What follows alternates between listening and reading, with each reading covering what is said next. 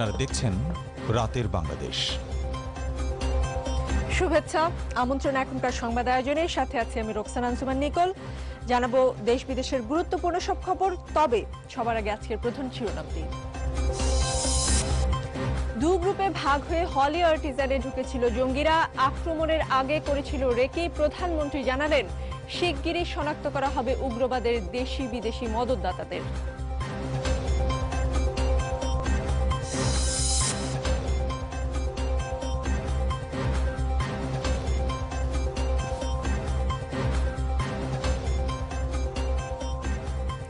দর্শক, খবরটির গভীরে যাওয়ার চেষ্টা করব আমরা, জানবো এর পেছনের কাহিনী, যাতে আপনারা জানতে পারেন ঘটনার আদ্যোপান্ত।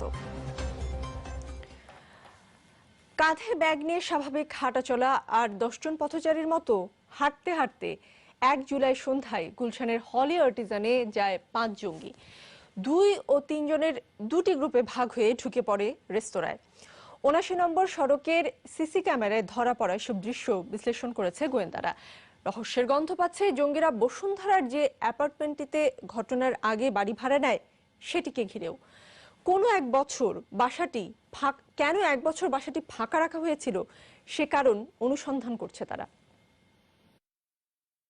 রাত তখন 8:42। নিবরাস ইসলাম সহ 5 জঙ্গির স্বাভাবিক হেঁটে যাওয়ার দৃশ্য ধরা পড়ে 79 নম্বর সড়কের একটি সিসিটিভির ক্যামেরায়। কয়েক মিনিট পরেই রেস্টুরেন্টের প্রধান গেট দিয়ে ঢুকে ক্ষিপ্র গতিতে হামলা শুরু করে জঙ্গিরা। প্রথমে গ্রেনেডের বিস্ফোরণ আর এলোপাথারি গুলি। এর কিছুক্ষণ পরেই নারীসহ আরও কমপক্ষে 4 জনকে রহস্যজনকভাবে ঘোরাফেরা করতে দেখা যায়। তারা হামলা শুরুর 5 থেকে 10 মিনিট অবস্থান করেন সড়কের মাথায়। গোয়েন্দাদের ধারণা, হামলাকারীদের ঘটনাস্থলে আসা এবং আক্রমণ নির্বিঘ্ন করতেই সহযোগী হিসেবে কাজ করছিল তারা। ঘটনাস্থলে যাওয়ার আগে বসুন্ধরা আবাসিক এলাকার এক বাসায় অবস্থান করছিল নির্বাস সহ কয়েকজন যুবক। সেখান থেকে পায়ে হেঁটে নর্দা বাস স্টপেজ হয়ে গুলশানের ইউনাইটেড হাসপাতালের পাশের রাস্তা দিয়ে হলি আর্টিজানে যায় জঙ্গিরা। চেকপোস্টের নিরাপত্তা কর্মীরা সহ অন্য সবাই যখন ইফতার নিয়ে ব্যস্ত, কৌশল হিসেবে ঠিক সেই সময়টি বেছে নেয় তারা। কাস্টমারের বেশে প্রথমে রেস্টুরেন্টে ঢোকে নির্বাস ও রোহান। পেছন পেছন দৌড়ে ভেতরে ঢুকে হামলায় অংশ নেয় বাকি 3 জন। গোয়েন্দাদের ধারণা, পায়ে হেঁটে আসা এবং হামলার সময় তাদের সুরক্ষা ও সহযোগিতায় ছিল নারীসহ আরও 6 থেকে 8 জন অস্ত্রধারী। এদিকে বসুন্ধরার বাসাটি ঘিরে রহস্য যেন শেষই হচ্ছে না। জঙ্গিদের ব্যবহারের আগের 1 বছর বাসাটি কেন ফাঁকা রাখা হয়েছিল তা নিয়েও তৈরি হয়েছে রহস্য। রমজান শুরুর 2-1 দিন পর রাত 9টা থেকে 10টার মধ্যে ভবনের ম্যানেজারের সাথে বাসাটি দেখতে আসে কয়েকজন যুবক। চাবি না থাকায় তালা ভেঙে বাসাটি দেখানো হয় তাদের। লক ভাঙছিল, তো ওই সময় দরজা খুলে দেখলাম 5-6 জনকে দেখেছি। আমি খেয়াল করে দেখতে পারি না, দেখলাম যে কতগুলো ছেলে দেখে আমি দরজা বন্ধ করলাম। ওনারা সবসময় পর্দা নেন, পর্দায় একটু করতাম, পর্দা সরাতেন না।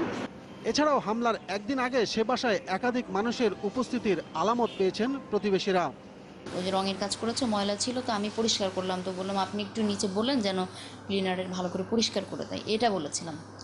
তো উনি বললেন যে আমি আসলে বাসায় গেস্ট আছে তো অনেক দিন হলো, এই জন্য আমি এগুলো খেয়াল করছি না। আমরা আচ্ছা ঠিক আছে ভাবে, সমস্যা নেই। হামলাকারীরা ছাড়াও বাকি কারা অবস্থান করছিল রহস্যজনক কারণে সেটারও পর্যাপ্ত তথ্য রাখা হয়নি অতিথি রেজিস্টার খাতায়, যেটি এখন আছে গোয়েন্দাদের হাতে। আব্দুল্লাহ তুহিন, যমুনা নিউজ, ঢাকা। হামলা চালানোর আগে 1 জুলাই বিকেলে ঘটনাস্থল রেকি করে 2 জঙ্গি। কর্মীদের কাছ থেকে এই তথ্য জেনেছেন বলে যমুনা নিউজকে জানিয়েছেন রেস্তোরাঁর মালিক আলী আরসলান। তিনি জানান, কর্মীদের সাথে খুব বেশি কথা বলেনি জঙ্গিরা, বিদেশিদের হত্যা করাই ছিল তাদের টার্গেট। হলি আর্টিজানের কর্মী ও মালিকের সাথে কথা বলেছেন সহকর্মী মনিরুল ইসলাম। গুলশান বাড়িধারার বাসিন্দাদের কাছে জনপ্রিয় ছিল হলি আর্টিজান। রাজধানীতে বিদেশিদের এমন প্রাণখোলা আড্ডা হয়তো আর কমই দেখা যাবে। জঙ্গি হামলায় ক্ষতবিক্ষত স্থাপনাটির ভেতর ও বাহির। ওই রাতে ভেতরে নিহত হন 17 বিদেশি সহ 20 জন। সন্ত্রাসীদের তাণ্ডবের সময় ভেতরে ছিলেন রেস্তোরাঁর কর্মী শিশির ও সুভাষ। জীবনে এমন রাত আর কখনো দেখতে চান না তারা। গোলাগুলি শুনলাম, আওয়াজ হইলো, আমাদের ওয়াশরুম, আমরা ওইখানে সবাই ঢুকে পড়ি। তো ছোট একটা রুমে আমরা 9 জনের মতন ঢুকে গেছি। আমরা হাত উপর দিকে দিয়ে বাইরেছি, এক এক করে সামনের দিকে আগা, একজন পিছে গুলি দৈর্ঘ্য পেয়েছে, একজন সামনে রামদাও দৈর্ঘ্য পেয়েছে।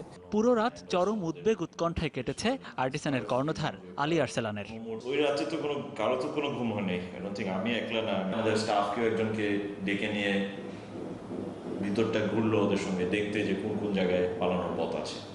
সো যতটুকু বুঝি যে হ্যাঁ হয়তো একটা বেসিক আন্ডারস্ট্যান্ডিং ছিল ওদের প্রপার্টিটার, বাট ডিটেলে ওরা জানতো না। সিসি ক্যামেরা একটাই ছিল বেকারি কাউন্টারের উপরে, তো মেইন হলে ছিল না। জিম্মি করার পর রেস্তোরাঁর কর্মীদের সাথে তেমন কোনো কথা বলেনি জঙ্গিরা। কোলাহল থেকে দূরের জায়গাটি বেছে নিয়েছিল শুধু বিদেশিদের হত্যা করতে। চূড়ান্ত হামলার আগে বিকেলে ঘটনাস্থল রেকি করে 2 হামলাকারী। আমাদের 1-2 স্টাফ পরের দিন ছবি দেখার পর ওদের মনে আসতেছিল যে হয়তো বা ওই দিনই বিকালে 2 জন আসছিল, ডিম্যান্ড বলেন যে মানির দিকে বা টাকা পয়সা নাথিং, এরকম। একমাত্র আমাদের স্টাফ যেটা বলেছে ওদের এই মিশনটা ছিল এসে ওদের ফরেন গেস্ট ফরেনার কয়েকজনকে মারতে, এটা আবার এই খবরটা স্প্রেড করতে। 10:30টার দিকে একবার খাবার চেয়েছিল, আবার 12:30টার দিকে আবার খেয়েছিল, কফিও খেয়েছিল মাঝখানে। স্টাফ বললো যে 1-2 জন জিমাচ্ছিল, আর বিহেভিয়ারটা বললো একদম আর্মি অফিসারের মতো, খুব কাম ছিল। জঙ্গি হিসেবে দেখানো নিহত সাইফুল ও জাকির শাওনকে রেস্তোরাঁর কর্মী বলে জানান আলী আরসালান। গুলশানের ৭৯ নম্বর রোডে এই রেস্টুরেন্টটি হয়তো থাকবে না, কিন্তু হোলি আর্টিজান নামটি অনেকের মনে হয়তো থাকবে বেদনাবিধুর একটি স্মৃতি হয়ে। আর এমন স্মৃতির কোনো ঘটনা যেন বিশ্বের কোথাও আর না ঘটে, এমন আশা হোলি আর্টিজান সংশ্লিষ্ট সহ সবার। মনিরুল ইসলাম, যমুনা নিউজ, ঢাকা। গুলশান হামলায় অংশ নেওয়া জঙ্গিদের ভিসেরা ও ডিএনএ পরীক্ষার জন্য শরীরের বিভিন্ন অঙ্গ এবং রক্ত ও চুলের নমুনা সংগ্রহ করেছেন ময়নাতদন্তকারীরা। পরে সেগুলো পুলিশের কাউন্টার টেরোরিজম ইউনিটকে হস্তান্তর করা হয়েছে। হলি আর্টিজানে হামলাকারীরা কোনো প্রকার শক্তিবর্ধক ওষুধ খেয়েছিল কিনা ঢাকা মেডিকেল কলেজের ফরেনসিক বিভাগকে তা জানতে নির্দেশনা দেন আদালত গত 12 জুলাই। নির্দেশনা অনুযায়ী ফরেনসিক বিভাগের ময়নাতদন্তকারী চিকিৎসকদের একটি দল বুধবার সকালে সিএমএইচে সংরক্ষিত লাশ থেকে নমুনা সংগ্রহ করে। নেওয়া হয় রক্ত ও চুলের নমুনাও। তদন্তের জন্য মার্কিন গোয়েন্দা সংস্থা এফবিআই এর চাহিদা অনুযায়ী কাউন্টার টেরোরিজম ইউনিটের কাছে পরে এসব নমুনা হস্তান্তরের কথা রয়েছে। জঙ্গিদের রক্ত ও শরীরের বিভিন্ন অঙ্গ প্রত্যঙ্গের নমুনা আগে থেকেই সংরক্ষিত থাকলেও এফবিআই এর চাহিদা অনুযায়ী পরিমাণ কম ছিল। আদালত আমাদের নির্দেশ দিচ্ছে এই নমুনাগুলো সংগ্রহ করে দেওয়ার জন্য কাউন্টার টেরোরিজম উইংকে। তো আমরা এইমাত্র আমরা এই স্যাম্পলগুলো আমরা সংগ্রহ করে আসলাম। আমরা এখন এগুলাকে লেবেলিং করব, লেবেলিং করে আমরা কাউন্টার টেরোরিজমকে বুঝিয়ে দিব। তবে আমরা তাদের একটা কিছু রিকোয়ারমেন্ট ছিল, এটা আমরা যতটুকু জানি সেটা এফবিআইকে দেওয়া হবে। এফবিআই আমাদেরকে কিছু রিকোয়ারমেন্ট দিচ্ছেন। এদিকে জঙ্গিদের ভিসেরার নমুনা কাউন্টার টেরোরিজম ইউনিটের কাছে হস্তান্তর করেছে ঢাকা মেডিকেল কলেজের ফরেনসিক বিভাগ। পাশাপাশি গুলশান হামলার তদন্তের জন্য বিভিন্নভাবে তথ্য সংগ্রহ করার কথা জানালেন ডিএমপির এই কর্মকর্তা। যে পরীক্ষা মূলত বাংলাদেশে করা সম্ভব সেই পরীক্ষাগুলো অবশ্যই আমরা বাংলাদেশে সম্পন্ন করব, এবং যে পরীক্ষাগুলো আমাদের কিছু পরীক্ষা রয়েছে যেগুলো পরীক্ষা করা একান্ত সম্ভব নয় বাংলাদেশে, সেক্ষেত্রে আমরা আমেরিকাতে সেই নমুনা প্রেরণ করতে পারি। তদন্তের জন্য গুলশান হামলায় নিহত জঙ্গিদের স্বজনদেরও ডিএনএ নমুনা সংগ্রহ করছে সিআইডি। আহমেদ রেজা, যমুনা নিউজ, ঢাকা। দর্শক, রাতের বাংলাদেশে আজ আমাদের সাথে যোগ দেবেন নিরাপত্তা বিশ্লেষক অবসরপ্রাপ্ত মেজর জেনারেল মোহাম্মদ আলী শিকদার ও রাজশাহী ব্যুরো চিফ শিবলি নোমান। দুজনকেই আমাদের রাতের বাংলাদেশে স্বাগত। আমি প্রথমেই যেতে চাই আমাদের নিরাপত্তা বিশ্লেষক মোহাম্মদ আলী শিকদারের কাছে। আলী শিকদার, রীতিমতো রেকি করে প্রস্তুতি নিয়ে এই ধরনের হামলা চালানো হয়েছে এবং হামলার সময় যদি দেখেন মনে হয় যে পুরো প্রস্তুতি ছিল তাদের, তাহলে এই ধরনের হামলা ঠেকাতে আমাদের কি প্রস্তুতিতে কোনো ঘাটতি ছিল? স্বরাষ্ট্রমন্ত্রী কিন্তু বলেছেন যে আমরা আগে থেকে এই ধরনের তথ্য আগে থেকে গোয়েন্দাদের কাছে ছিল যে এই ধরনের হামলা হতে পারে।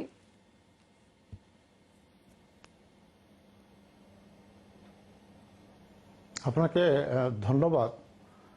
এই ধরনের হামলা যে হতে পারে সেটি কিন্তু নতুন কথা নয়। আমরা কিন্তু 2009 সালের পর থেকে এই পর্যন্ত বহু ঘটনা আমরা দেখেছি যেখানে জঙ্গিরা বিভিন্নভাবে বড় ধরনের আক্রমণের জন্য প্রস্তুতি নিচ্ছিল এবং সেটি তারা ধরাও পড়েছে। সুতরাং তারা প্রস্তুতি সবসময় অব্যাহত রেখেছে বলেই আমাদের কাছে মনে হয়েছে। তবে এই যে গুলশানের আক্রমণটি ঠেকানো গেল না, সেটিকে গোয়েন্দা বা পুলিশের ব্যর্থতা বলা যাবে না, এই কারণে যে সমস্ত নিরাপত্তা ব্যবস্থা সব কিছু ঠিক রাখার পরেও আমরা বিশ্বব্যাপী ফ্রান্সে, বেলজিয়ামে সব জায়গায় দেখলাম যে সকল ছিদ্র সব সময় বন্ধ করা যায় না। আর যখন এই ধরনের আত্মঘাতী বা আত্মহননের পথ যারা জঙ্গিরা বেছে নেয়, তাদেরকে ঠেকানো কিন্তু খুব কঠিন কাজ।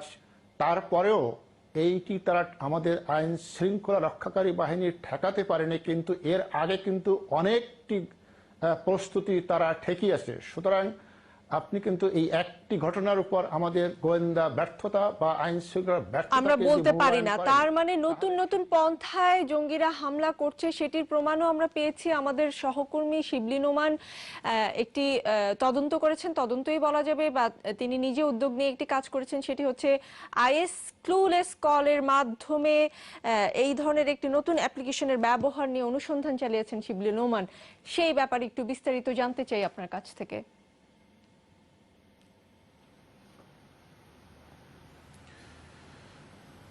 ধন্যবাদ নিকোল। আসলে যে বিষয়টি এখানে আসছে সেটি হলো আইএস এর নামে একটি ফোন কল করা হয়। এই ফোন কলটিতে যে নাম্বারগুলো ওঠে সেই নাম্বারগুলো একটু বিচিত্র ডিজিটের হয়ে থাকে এবং এইটার মাধ্যমে এক ধরনের যোগাযোগ হয়, পাশাপাশি আতঙ্ক ছড়ানোর কাজটিও করা হয়। তো আমরা এটি অনুসন্ধান করতে গিয়ে আইন শৃঙ্খলা রক্ষাকারী বাহিনীর সঙ্গে যখন আমরা কথা বলি, তখন আমরা যে বিষয়টি জেনেছি, একটি বিষয় হচ্ছে যে এই ফোন কলগুলো করা হচ্ছে এক ধরনের free mobile apps, Android apps ব্যবহার করে। এই কি অ্যাপস ব্যবহার করে এই কাজগুলো করা হচ্ছে সেগুলো কিন্তু ইতোমধ্যে আইন শৃঙ্খলা বাহিনীর কাছে এসেছে, তারা কিন্তু জানেন এগুলো, এবং তারা এরই মধ্যে 2 জনকে শনাক্ত করতে পেরেছেন। যদিও তদন্তের স্বার্থে তারা কিন্তু আমাদেরকে অনুরোধ করেছেন আমাকে অনুরোধ করেছেন যেন বিস্তারিত আমি কিছু না এখনই প্রকাশ করি। তবে একটি বিষয় এখানে স্পষ্টত বোঝা যাচ্ছে যে এই নতুন প্রযুক্তিটি তারা ব্যবহার করছে, এটি কিন্তু সাধারণ মানুষ কিন্তু খুব বেশি ব্যবহার করে এমন নয়, কিন্তু এটি আবার এই প্রচলিত একটি ব্যাপার, কারণ এটি সহজলভ্য। কিন্তু সেটিকে কিভাবে তারা তাদের কাজে ব্যবহার করবে সেটি কিন্তু তারা খুব ভালোভাবে সেই পন্থাটি বেছে নিয়েছে। ফলে এই আপনার কাছ থেকে আরো জানার আছে আমার, আপনাদের দুজনের কাছে আমার আরো জানার আছে। আমি একটু জানতে চাই প্রধানমন্ত্রী আজ কি বলেছেন। তিনি বলেছেন যে গুলশান হামলার মদতদাতাদের গ্রেফতার করে শাস্তি নিশ্চিত করা সময়ের ব্যাপার মাত্র। জাতীয় সংসদে এক প্রশ্নের উত্তরে একথা জানিয়েছেন প্রধানমন্ত্রী শেখ হাসিনা। তিনি বলেন যে গুলশান হামলার মধ্য দিয়ে দেশকে অস্থিতিশীল করার অপচেষ্টা হয়েছে, বিনিয়োগের পরিবেশ নষ্ট করারও চেষ্টা করা হয়েছে। তবে বিদেশি বন্ধু দেশগুলো এখনো বাংলাদেশের সঙ্গেই আছে। অপরাধীদের ধরতে কাজ করছে আইন শৃঙ্খলা বাহিনী। সন্দেহভাজনদের ধরিয়ে দিতে দেশবাসীর সহযোগিতাও চান প্রধানমন্ত্রী। বলেন গুলশান হামলার নেপথ্যে থাকা ব্যক্তিদের শনাক্ত করা হবে শিগগির। সাম্প্রতিক যে যারা এর মদত অঙ্গ এবং রক্ত ও চুলের নমুনা সংগ্রহ করেছেন ময়নাতদন্তকারীরা। পরে সেগুলো পুলিশের কাউন্টার টেররিজম ইউনিটকে হস্তান্তর করা হয়েছে। হলি আর্টিজানে হামলাকারীরা কোনো প্রকার শক্তিবর্ধক ওষুধ খেয়েছিল কিনা ঢাকা মেডিকেল কলেজের ফরেনসিক বিভাগকে তা জানতে নির্দেশনা দেন আদালত গত 12 জুলাই। নির্দেশনা অনুযায়ী ফরেনসিক বিভাগের ময়নাতদন্তকারী চিকিৎসকদের একটি দল বুধবার সকালে সিএমএইচ এর সংরক্ষিত লাশ থেকে নমুনা সংগ্রহ করে। নেওয়া হয় রক্ত ও চুলের নমুনাও। তদন্তের জন্য মার্কিন গোয়েন্দা সংস্থা এফবিআই এর চাহিদা অনুযায়ী কাউন্টার টেররিজম ইউনিটের কাছে পরে এসব নমুনা হস্তান্তরের কথা রয়েছে। জঙ্গিদের রক্ত ও শরীরের বিভিন্ন অঙ্গ প্রত্যঙ্গের নমুনা আগে থেকেই সংরক্ষিত থাকলেও এফবিআই এর চাহিদা অনুযায়ী পরিমাণ কম ছিল। আদালত আমাদের নির্দেশ দিচ্ছে এই নমুনাগুলো সংগ্রহ করে দেওয়ার জন্য কাউন্টার টেররিজম উইংকে। তো আমরা এইমাত্র আমরা এই স্যাম্পলগুলো আমরা সংগ্রহ করে আসলাম।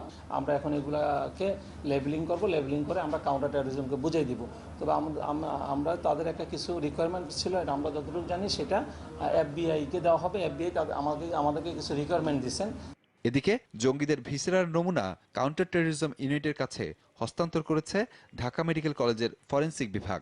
পাশাপাশি গুলশান হামলার তদন্তের জন্য বিভিন্নভাবে তথ্য সংগ্রহ করার কথা জানালেন ডিএমপির এই কর্মকর্তা। যে পরীক্ষা মূলত বাংলাদেশে করা সম্ভব সেই পরীক্ষাগুলো অবশ্যই আমরা বাংলাদেশে সম্পন্ন করব এবং যে পরীক্ষাগুলো আমাদের কিছু কিছু পরীক্ষা রয়েছে যেগুলো পরীক্ষা করা একান্ত সম্ভব নয় বাংলাদেশে, সেক্ষেত্রে আমরা আমেরিকাতে সেই নমুনা প্রেরণ করতে পারি।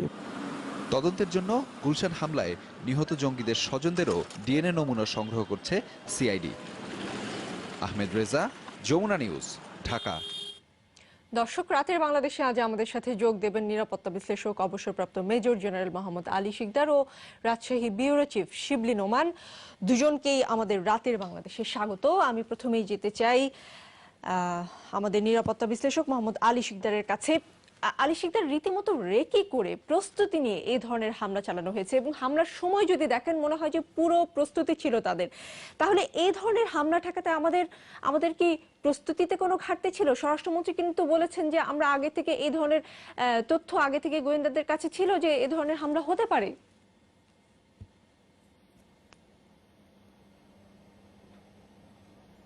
আপনাকে ধন্যবাদ। এই ধরনের হামলা যে হতে পারে সেটি কিন্তু নতুন কথা নয়। আমরা কিন্তু 2009 সালের পর থেকে এই পর্যন্ত বহু ঘটনা আমরা দেখেছি যেখানে জঙ্গিরা বিভিন্নভাবে বড় ধরনের আক্রমণের জন্য প্রস্তুতি নিচ্ছিল এবং সেটি তারা ধরাও পড়েছে। সুতরাং তারা প্রস্তুতি সবসময় অব্যাহত রেখেছে বলেই আমাদের কাছে মনে হয়েছে। তবে এই যে গুলশানের আক্রমণটি ঠেকানো গেল না, সেটিকে গোয়েন্দা বা পুলিশের ব্যর্থতা বলা যাবে না, এই কারণে যে সমস্ত নিরাপত্তা ব্যবস্থা সব কিছু ঠিক রাখার পরেও আমরা বিশ্বব্যাপী ফ্রান্সে, বেলজিয়ামে সব জায়গায় দেখলাম যে সকল ছিদ্র সব সময় বন্ধ করা যায় না। আর যখন এই ধরনের আত্মঘাতী বা আত্মহননের পথ যারা জঙ্গিরা বেছে নেয় তাদেরকে ঠেকানো কিন্তু খুব কঠিন কাজ। তারপরেও এইটি তারা আমাদের আইন শৃঙ্খলা রক্ষাকারী বাহিনী ঠেকাতে পারেনি, কিন্তু এর আগে কিন্তু অনেকটি প্রস্তুতি তারা ঠেকিয়েছে। সুতরাং আপনি কিন্তু এই একটি ঘটনার উপর আমাদের গোয়েন্দা ব্যর্থতা বা আইন শৃঙ্খলা ব্যর্থতা আমরা বলতে পারি না। তার মানে নতুন নতুন পন্থায় জঙ্গিরা হামলা করছে, সেটির প্রমাণও আমরা পেয়েছি। আমাদের সহকর্মী শিবলী নোমান একটি তদন্ত করেছেন, তদন্তই বলা যাবে, বা তিনি নিজে উদ্যোগ নিয়ে একটি কাজ করেছেন। সেটি হচ্ছে আইএস ক্লুলেস কলের মাধ্যমে এই ধরনের একটি নতুন অ্যাপ্লিকেশনের ব্যবহার নিয়ে অনুসন্ধান চালিয়েছেন শিবলী নোমান। সেই ব্যাপারে একটু বিস্তারিত জানতে চাই আপনার কাছ থেকে।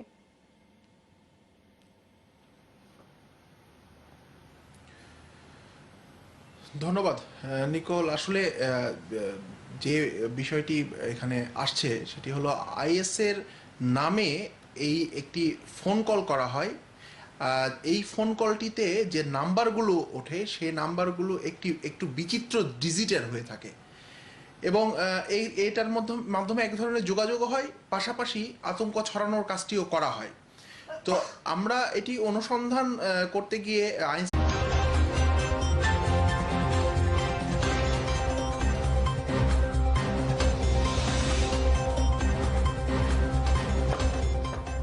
আপনারা দেখছেন রাতের বাংলাদেশ।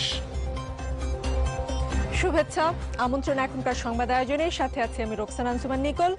জানাবো দেশ বিদেশের গুরুত্বপূর্ণ সব খবর, তবে সবার আগে আজকের প্রধান শিরোনামটি।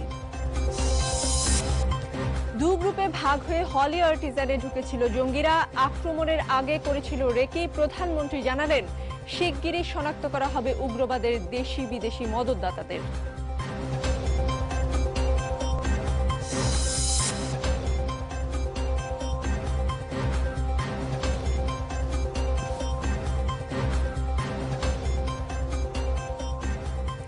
দর্শক, খবরটির গভীরে যাওয়ার চেষ্টা করব। আমরা জানবো এর পেছনের কাহিনী, যাতে আপনারা জানতে পারেন ঘটনার আদ্যোপান্ত। কাঁধে ব্যাগ নিয়ে স্বাভাবিক হাঁটাচলা আর 10 জন পথচারীর মতো হাঁটতে হাঁটতে 1 জুলাই সন্ধ্যায় গুলশানের হলি আর্টিজানে যায় 5 জঙ্গি। 2 ও 3 জনের দুটি গ্রুপে ভাগ হয়ে ঢুকে পড়ে রেস্তোরাঁয়। 79 নম্বর সড়কের সিসি ক্যামেরায় ধরা পড়া সব দৃশ্য বিশ্লেষণ করেছে গোয়েন্দারা। রহস্যের গন্ধ পাচ্ছে জঙ্গিরা বসুন্ধরার যে অ্যাপার্টমেন্টটিতে ঘটনার আগে বাড়ি ভাড়া নেয় সেটিকে ঘিরেও। কেন 1 বছর বাসাটি ফাঁকা রাখা হয়েছিল সে কারণ অনুসন্ধান করছে তারা। রাত তখন 8:42। নিবরাস ইসলাম সহ 5 জঙ্গি স্বাভাবিক হেঁটে যাওয়ার দৃশ্য ধরা পড়ে 79 নম্বর সড়কের একটি সিসিটিভির ক্যামেরায়। কয়েক মিনিট পরেই রেস্টুরেন্টের প্রধান গেট দিয়ে ঢুকে ক্ষিপ্র গতিতে হামলা শুরু করে জঙ্গিরা। প্রথমে গ্রেনেডের বিস্ফোরণ আর এলোপাথারি গুলি। এর কিছুক্ষণ পরেই নারীসহ আরও কমপক্ষে 4 জনকে রহস্যজনকভাবে ঘোরাফেরা করতে দেখা যায়। তারা হামলা শুরুর 5 থেকে 10 মিনিট অবস্থান করেন সড়কের মাথায়। গোয়েন্দাদের ধারণা, হামলাকারীদের ঘটনাস্থলে আসা এবং আক্রমণ নির্বিঘ্ন করতেই সহযোগী হিসেবে কাজ করছিল তারা। ঘটনাস্থলে যাওয়ার আগে বসুন্ধরা আবাসিক এলাকার এক বাসায় অবস্থান করছিল নির্বাস সহ কয়েকজন যুবক। সেলাই ক্ষতবিক্ষত স্থাপনাটির ভেতর ও বাহির। ওই রাতে ভেতরে নিহত হন 17 বিদেশি সহ 20 জন। সন্ত্রাসীদের তাণ্ডবের সময় ভেতরে ছিলেন রেস্তোরাঁর কর্মী শিশির ও সুভাষ। জীবনে এমন রাত আর কখনো দেখতে চান না তারা। গোলাগুলি শুনলাম, আওয়াজ হইলো। আমাদের ওয়াশরুম, আমরা ওইখানে সবাই ঢুকে পড়ি। তো ছোট একটা রুমে আমরা 9 জনের মতন ঢুকে গেছি। আমরা হাত উপর দিকে দিয়ে বাইরে এসেছি, এক এক করে সামনের দিকে আগায়। একজন পিছে গুলি দৈর্ঘ্য পেয়েছে, একজন সামনে রামদাও দৈর্ঘ্য পেয়েছে। পুরো রাত চরম উদ্বেগ উৎকণ্ঠায় কেটেছে আর্টিসানের কর্ণধার আলী আরসালানের। ওই রাতে তো কারো তো কোনো ঘুম হয়নি। আমি একলা না, আমাদের স্টাফকেও একজনকে ডেকে নিয়ে ভিতরটা ঘুরলো ওদের সঙ্গে, দেখতে যে কোন কোন জায়গায় পালানোর পথ আছে। সো যতটুকু বুঝি যে হ্যাঁ অথবা একটা বেসিক আন্ডারস্ট্যান্ডিং ছিল ওদের প্রপার্টিটার, বাট ডিটেলে ওরা জানতো না। সিসি ক্যামেরা একটাই ছিল বেকারি কাউন্টারের উপরে, তো মেইন হলে ছিল না। জিম্মি করার পর রেস্তোরাঁর কর্মীদের সাথে তেমন কোনো কথা বলেনি জঙ্গিরা। কোলাহল থেকে দূরের জায়গাটি বেছে নিয়েছিল শুধু বিদেশিদের হত্যা করতে। চূড়ান্ত হামলার আগে বিকেলে ঘটনাস্থল রেকি করে 2 হামলাকারী। আমাদের 1-2 স্টাফ পরের দিন ছবি টবি দেখার পর ওদের মনে আসতেছিল যে হয়তোবা ওই দিনই বিকালে 2 জন আসছিল, ডিম্যান্ড বলেন যে মানির দিকে বা টাকা পয়সা নাথিং এরকম। একমাত্র আমাদের স্টাফ যেটা বলেছে ওদের এই মিশনটা ছিল এসে ওদের ফরেন গেস্ট ফরেনার কয়েকজনকে মারতে, এটা আবার এই খবরটা স্প্রেড করতে। 10:30টার দিকে একবার খাবার চেয়েছিল, আবার 12:30টার দিকে আবার খেয়েছিল, কফিও খেয়েছিল মাঝখানে। স্টাফ বললো যে 1-2 জন ঝিমাচ্ছিল। আর বিহেভিয়ারটা বললো একদম আর্মি অফিসারের মতো, খুব কাম ছিল। জঙ্গি হিসেবে দেখানো নিহত সাইফুল ও জাকির শাওনকে রেস্তোরাঁর কর্মী বলে জানান আলী আরসালান। গুলশানের 79 নম্বর রোডে এই রেস্টুরেন্টটি হয়তো থাকবে না, কিন্তু হোলি আর্টিজান নামটি অনেকের মনে হয়তো থাকবে বেদনাবিধুর একটি স্মৃতি হয়ে। আর এমন স্মৃতির কোনো ঘটনা যেন বিশ্বের কোথাও আর না ঘটে, এমন আশা হোলি আর্টিজান সংশ্লিষ্ট সহ সবার। মনিরুল ইসলাম, যমুনা নিউজ, ঢাকা। গুলশান হামলায় অংশ নেওয়া জঙ্গিদের ভিসেরা ও ডিএনএ পরীক্ষার জন্য শরীরের বিভিন্ন এখান থেকে পায়ে হেঁটে নর্দা বাস স্টপেজ হয়ে গুলশানের ইউনাইটেড হাসপাতালের পাশের রাস্তা দিয়ে হলি আর্টিজানে যায় জঙ্গিরা। চেকপোস্টের নিরাপত্তা কর্মীরা সহ অন্য সবাই যখন ইফতার নিয়ে ব্যস্ত, কৌশল হিসেবে ঠিক সেই সময়টি বেছে নেয় তারা। কাস্টমারের বেশে প্রথমে রেস্টুরেন্টে ঢোকে নির্বাস ও রোহান। পেছন পেছন দৌড়ে ভেতরে ঢুকে হামলায় অংশ নেয় বাকি 3 জন। গোয়েন্দাদের ধারণা, পায়ে হেঁটে আসা এবং হামলার সময় তাদের সুরক্ষা ও সহযোগিতায় ছিল নারীসহ আরও 6 থেকে 8 জন অস্ত্রধারী। এদিকে বসুন্ধরার বাসাটি ঘিরে রহস্য যেন শেষই হচ্ছে না। জঙ্গিদের ব্যবহারের আগের 1 বছর বাসাটি কেন ফাঁকা রাখা হয়েছিল তা নিয়েও তৈরি হয়েছে রহস্য। রমজান শুরুর 2-1 দিন পর রাত 9টা থেকে 10টার মধ্যে ভবনের ম্যানেজারের সাথে বাসাটি দেখতে আসে কয়েকজন যুবক। চাবি না থাকায় তালা ভেঙে বাসাটি দেখানো হয় তাদের। লক ভাঙছিল, তো ওই সময় দরজা খুলে দেখলাম 5-6 জনকে দেখেছি। খেয়াল করে দেখতে পারি নাই, দেখলাম যে কতগুলো ছেলে দেখে আমি দরজা বন্ধ করলাম। ওনারা সবসময় পর্দা রাখছে, পর্দায় একটু করতাম, পর্দা সরাতেন না। এছাড়াও হামলার একদিন আগে সে বাসায় একাধিক মানুষের উপস্থিতির আলামত পেয়েছেন প্রতিবেশীরা। ওই যে রঙের কাজ করেছে, ময়লা ছিল, তো আমি পরিষ্কার করলাম। তো বললাম আপনি একটু নিচে বললেন যেন ক্লিনারের ভালো করে পরিষ্কার করে দেয়, এটা বলেছিলাম। তো উনি বললেন যে আমি আসলে বাসায় গেস্ট আছে তো অনেক দিন হলো, এজন্য আমি এগুলো খেয়াল করছি না। আমার আচ্ছা ঠিক আছে ভাবে, সমস্যা নেই। হামলাকারীরা ছাড়াও বাকি কারা অবস্থান করছিল রহস্যজনক কারণে সেটারও পর্যাপ্ত তথ্য রাখা হয়নি অতিথি রেজিস্টার খাতায়, যেটি এখন আছে গোয়েন্দাদের হাতে। আব্দুল্লাহ তুহিন, যমুনা নিউজ, ঢাকা। হামলা চালানোর আগে 1 জুলাই বিকেলে ঘটনাস্থল রেকি করে 2 জঙ্গি। কর্মীদের কাছ থেকে এ তথ্য জেনেছেন বলে যমুনা নিউজকে জানিয়েছেন রেস্তোরাঁর মালিক আলী আরসলান। তিনি জানান, কর্মীদের সাথে খুব বেশি কথা বলেনি জঙ্গিরা, বিদেশিদের হত্যা করাই ছিল তাদের টার্গেট। হলি আর্টিজানের কর্মী ও মালিকের সাথে কথা বলেছেন সহকর্মী মনিরুল ইসলাম। গুলশান বারিধারার বাসিন্দাদের কাছে জনপ্রিয় ছিল হলি আর্টিজান। রাজধানীতে বিদেশিদের এমন প্রাণখোলা আড্ডা হয়তো আর কমই দেখা যাবে। জঙ্গি হামলা